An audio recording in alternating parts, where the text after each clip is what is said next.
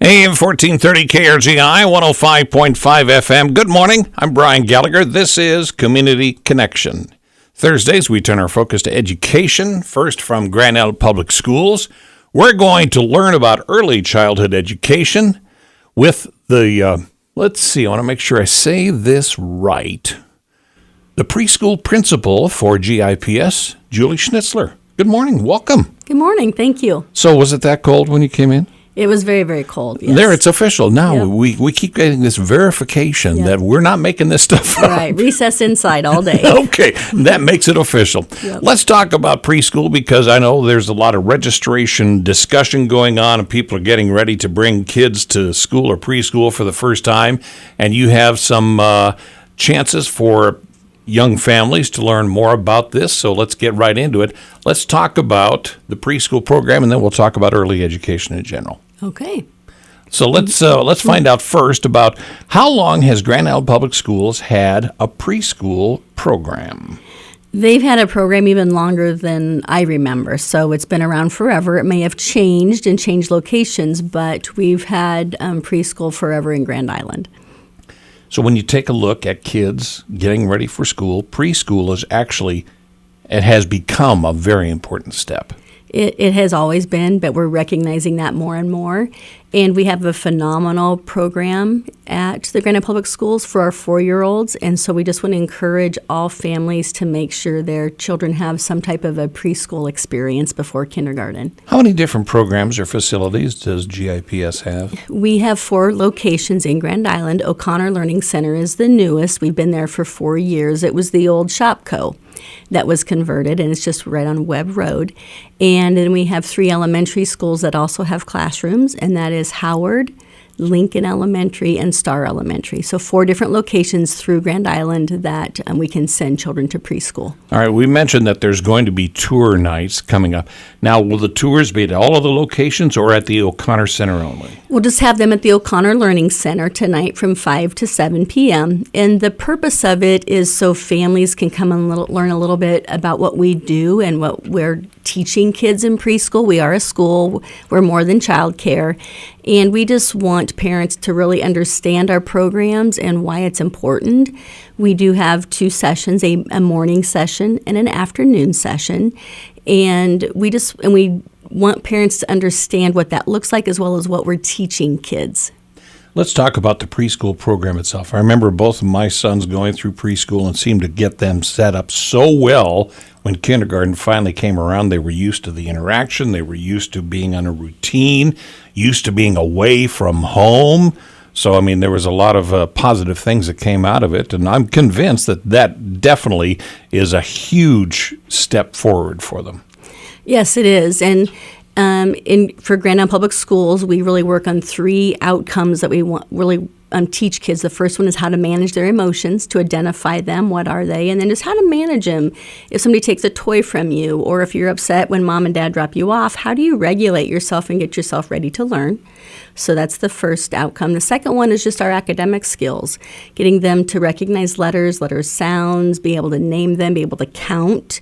And the third one is just being independent skills, like can they take their coat on and off? Can they use the bathroom? Can they ask for help? Can they ask for a friend to play with them? And so those are the 3 different outcomes we really work every day to get children to learn and become ready for kindergarten.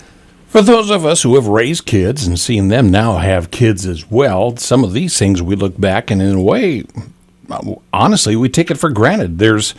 There is a stage where these youngsters are moving into a huge phase of their life because for at least the next 12 years, they're going to be going through a gradual growth in their learning, their responsibilities, their body growth, adapting to people, adapting to schedules. I mean, this does become pretty intense, so I can see that if this preschool even gets them any kind of a start at all, it's huge. It is, and it really sets them up for success. And our kindergarten teachers know and can tell which kids have attended preschool just because that they're ready for school. They've been in those structures and they can follow directions, where students who haven't been, or children who haven't been in preschool, maybe they're not used to following other adult instructions, or they don't know how to line up.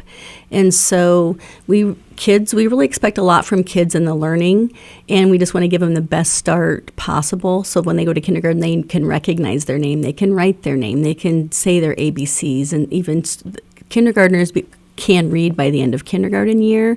So we just want to get kids ready to do that. Do you have to do the same type of training with parents or guardians? Yeah, sometimes we have to coach parents like, let your child take off their own coat. Let them try zipping their own coat. They can do it. So let them open their own locker. Parents don't have to do everything for kids, because even though they're 4, they can do a lot, and they have their own thoughts and their own feelings. Especially new parents compared to ones that have maybe had a child or 2 already go through this process. Do you get a lot of questions from parents and guardians as maybe they've observed some of the things that kids have learned? We do, and parents will come in and share just, I didn't know my child knew this, or my child was telling me about this book you read, and they can think more deeply. It's not just about the facts, but it's about how a character was feeling, or about why something was done a certain way. So kids are smarter than we give them credit for. We just have to ask them questions and give them the chances to respond. Julie Schnitzler is the GIPS preschool principal. The first of the family tour nights is coming up tonight. Yes, tonight from 5 to 7. At the O'Connor Learning Center. Yeah, on Webb Road. All right. Are there other nights that are coming soon? Is this something that people are going, well, gee whiz, I just can't make it tonight? Are there some other options that are out there? There are other options, and I know tonight's cold, and we'll be open tonight, those for who want to come. But if nights don't work for you, then March 10th, 9 to 11 a.m. That's over spring break. So if families work nights, or if it doesn't work to come at night, come March 10th from 9 to 11. And then we'll have a couple other nights on March 25th and April 23rd. And we will put that on our Facebook page. So if they go to the Early Childhood Education Facebook page, they'll be able to see those dates. Okay. Otherwise, if they have questions, is there a number they can reach out to you for information? Yep. Call 385-5655 and ask any questions that you have about early childhood education. See, it's a learning opportunity for everybody. Yeah. Julie Schnitzler is with GIPS preschool principal with some important information about the early education phases and opportunities that are available through Grand Island Public Schools. And the first of the family tour nights is tonight at the O'Connor Learning Center from 5 till 7. Julie, thanks for the update. Make sure you come and see us again, okay? I will. Thank you so much. Good morning from AM 1430 KRGI 105.5 FM.